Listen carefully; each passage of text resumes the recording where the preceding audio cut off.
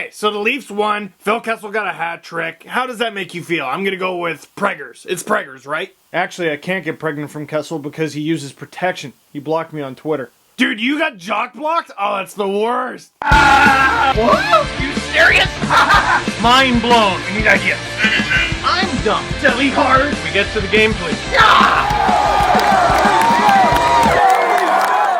Leafs win 4-2 over the Anaheim Ducks. It would appear the Ducks aren't so mighty, I had to. And in the process, the Leafs snap their 2-game losing streak. We're getting spoiled here with a Leafs team that actually wins. They lose 2 in a row, and I think it's going back to the way things were a couple years ago, and I'm like, I'm not panicking, I'm just having a moment. And that was actually me in the first period, because the Leafs had lost 2 straight, and they looked like they were well on their way to a third. Leafs were outshot 9-3 in the first period against Chicago. 6-2 against the Ducks, that's a combined 15-5. Again, you can talk about, oh, well, the Leafs, are very opportunistic, and all the shots they allow are from the outside and stuff like that, but generally speaking, when you get tripled in the shot column, you lose. And the Leafs can't even get a shot until like halfway through the second. I'm like, this is bad. But then Randy Carlyle, like the veteran Stanley Cup winning coach that he is, came up with a new strategy. And if you were watching the game on Sportsnet, this came up very quickly, but they actually got a shot of Randy Carlyle's clipboard in the second period. And he concocted a plan to get more shots. Things get started when JVR,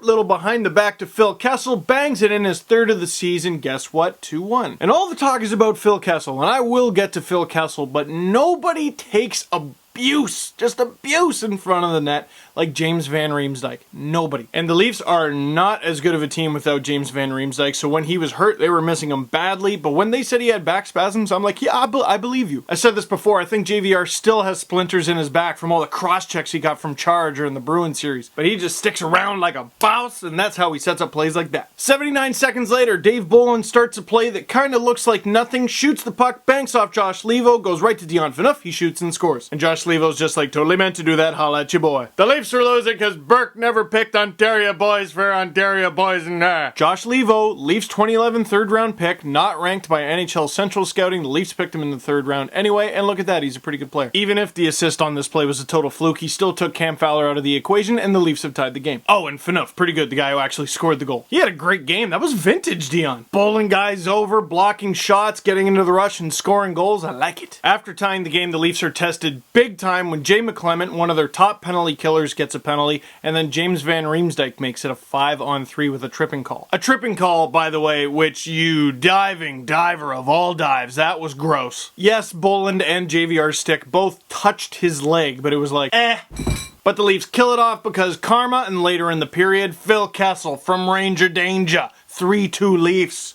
Oh, I call this the Leafs are winning octopus. And weirdly, the Leafs outshoot the Ducks 10-6. See, this is what the Leafs do. In the first period, they just don't shoot at all, and they give the goalie a false sense of security, And they just, just start to lull the goalie to sleep. But then they make the second period into like a Vine video. Smack cam. And then when you least expect it, boom! What happened to your lead, son? What happened to your lead? You're not getting analysis like this anywhere else but YouTube. I guess I'll just say one more thing. Kessel and JVR combined for a sick goal on the rush, and that's all the Leafs needed, really. I'm gonna make a mustache now. I'm like the dad from that bike show. As long as we're being serious here, I'm a little worried for how sick JVR and Kessel are gonna look on Team USA. Aren't you? Not me. I heard you back there, American. Don't make me write a letter. And at the other end of the ice, Bernier stopping 23 of 25, giving his team a chance to win, and they win the game. What do you know? So with that, over their first 10 games of the season, the Leafs finished 7-3-0. Every single one of those games without David Clarkson. If I told you that right when he got suspended, you'd be like, yeah, I'll take that. If I told you like 4-5-1, you'd be like, you know what, that's pretty good too. Question of the game, what are you expecting from David Clarkson, and what's he going to bring to this lineup? And who's he going to play with? Before the season even began, I want Clarkson on a line with Kadri and Lupul. Just imagine JVR, Bozak, Kessel, and then Clarkson, Kadri, Lupul, and reuniting Raymond and Bolland with, really doesn't matter, Kuhlman. Oh, forgot he's hurt. How sick is this team? So answer that question in the comment box, click like on this video, subscribe to my YouTube channel, and thank you very much for watching. Subscribe for more creamy goodness. And check out the Last Steve Dangle podcast on iTunes or SoundCloud for details on how you can have a drink with me at Shoeless Joe's on November 9th. Peace. This is literally all over my room. Boom!